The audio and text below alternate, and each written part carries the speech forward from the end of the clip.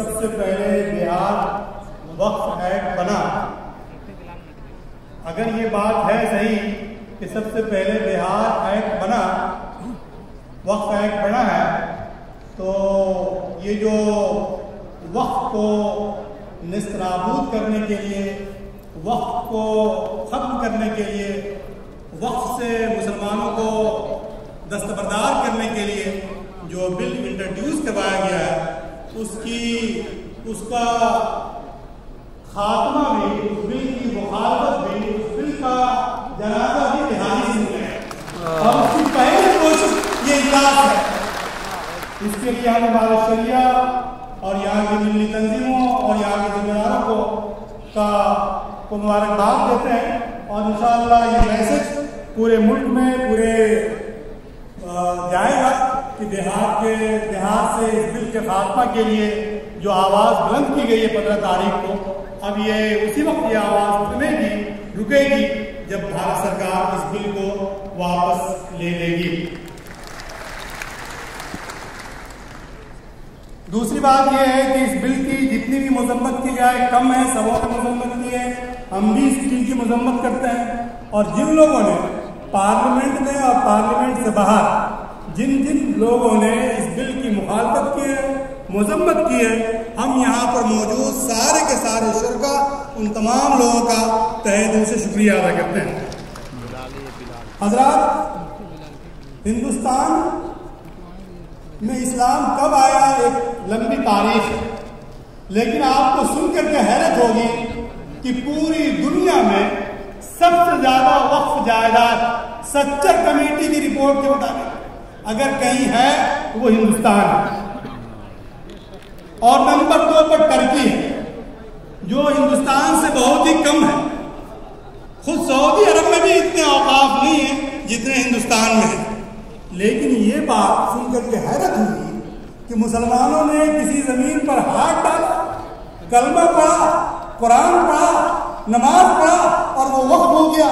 یہ نہایت ہی گویا ناسمجھی کی بات ہے، جو لاجک پیش کی جا رہی ہے اس کے پیچھے کوئی دلیل نہیں ہے۔ مسلمانوں کے آباء و اجداد نے، مسلمانوں کے غیور، ملت کے غیور لوگوں نے اس کو وقف کیا، اور یہ بات بھی صحیح ہے، اسلامی تاریخ میں سب سے پہلے اگر وقف کا کوئی سلسلہ شروع ہوا، وہ اسلام سے پہلے کی تاریخ میں کوئی چیز ایسی نہیں ملتی۔ مسلمانوں نے سب سے پہلے وقف کیا۔ ابھی محترم ناظم صاحب کی گفتگو میں بہت ہی تفصیل کے ساتھ اور مفتی صاحب کی گفتگو میں باتیں آ چکی ہیں، انہوں نے کئی اوقاف کا تذکرہ کیا۔ حضرت عثمان رضی اللہ تعالیٰ نے جس قبرستان، جس کنویں کو وقف کیا تھا، وہ اس زمانے میں 35,000 روپے میں خرید کر کے وقف کیا تھا۔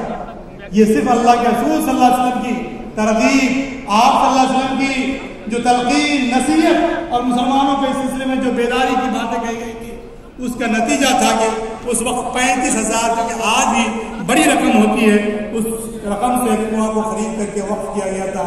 اور یہی جذبہ ہے ہندوستانی مسلمانوں کا، ہمارے آباء و اجداد کا، کہ آج بھی وقف کی اتنی بڑی پراپرٹی ہمارے یہاں موجود ہے۔ ہم اس پر کوئی بات نہیں کرنا چاہتے۔ سچر کمیٹی نے یہ بات کہی ہے کہ آج 34,280 اسکوائر کلومیٹر پر اوقاف کے جائیداد ہیں، اور کیرلا ریاست جو ہے وہ 38,863 کلومیٹر پر مشتمل ہے۔ پنجاب کی پوری ریاست جو ہے وہ 50,000 تقریباً اسکوائر کلومیٹر مشتمل ہے۔ گویا ہندوستان میں جتنے اوقاف ہیں اس سے ایک بڑی ریاست بن سکتی ہے، ایک صوبہ بن سکتا ہے، تو اسی لیے اس پر ایک بری نظر ڈالی گئی ہے۔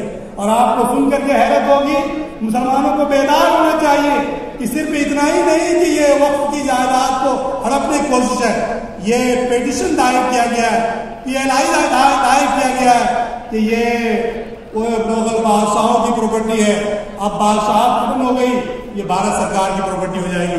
اس کی پیٹیشن جو ہے آلریڈی داخل کی گئی ہے، لہذا مسلمانوں کو اس سلسلے میں بیدار ہونے کی ضرورت ہے۔ سچر کمیٹی کی رپورٹ کے مطابق 20,000 کروڑ ریونیو جو ہے جنریٹ ہونا چاہیے تھا اس وقت سے، لیکن افسوس کی بات یہ ہے اس کا نہیں کے برابر ریونیو آ رہا ہے۔ سچر کمیٹی خود کہتی ہے کہ اس پر 2 طرح کے قبضے ہیں۔ ایک قبضہ تو یہ ہے کہ سرے سے وقف کے پاس پراپرٹی ہے ہی نہیں، اوقاف کے پاس، وقف بورڈوں کے پاس یہ پراپرٹی ہے ہی نہیں، ضائع ہو چکی ہے پراپرٹی۔ دوسری بات کہتی ہے کہ جو پراپرٹی ہے وہ نہایت ہی کم قیمت پر 100 سال کے لیے لیز دیے گئے ہیں۔ چلے یہ پٹنہ سٹی میں یہیں پر 200 روپیہ آج بھی وقف کی مسجد کے کٹرے میں گویا کٹرے کرایہ آ رہا ہے، وہیں بغل میں 4000 5000 20000 25000 کرایہ آ رہا ہے۔ بہرحال وقف نہیں ہے۔ جے پی سی کا اعتراف ہے کہ کل اوقاف کے 70 سے 80% حصہ وقف بورڈ کے قبضے سے باہر ہے۔ تو آخر بھارت سرکار کو اس کے لیے تو سخت سے سخت قانون لانا چاہیے تھا کہ وہ حصے جو باہر ہیں اس کو اندر لایا جائے۔ ہم تو صرف اندر لانے کی بات کر رہے ہیں، آپ نے ایسا قانون لایا ہے جس سے یہ حصہ بھی مزید ختم ہو جائے۔ ہم اس لیے اس کو کبھی بھی قبول نہیں کرتے، پسند نہیں کرتے۔ خاص طور پر یہ جو سیکشن 40 ہے جس کے ذریعے سے وقف بورڈ کا پورا ادھیکار تھا، آپ نے اس کو ختم کر دیا۔ وقف بائی یوزر بہار میں سروے کام چل رہا ہے، لوگوں کے اپنے دادا پردادا کی زمین کے کاغذات نہیں ہیں، کہاں سے وہ 200-300 برس کے کاغذات لائیں گے؟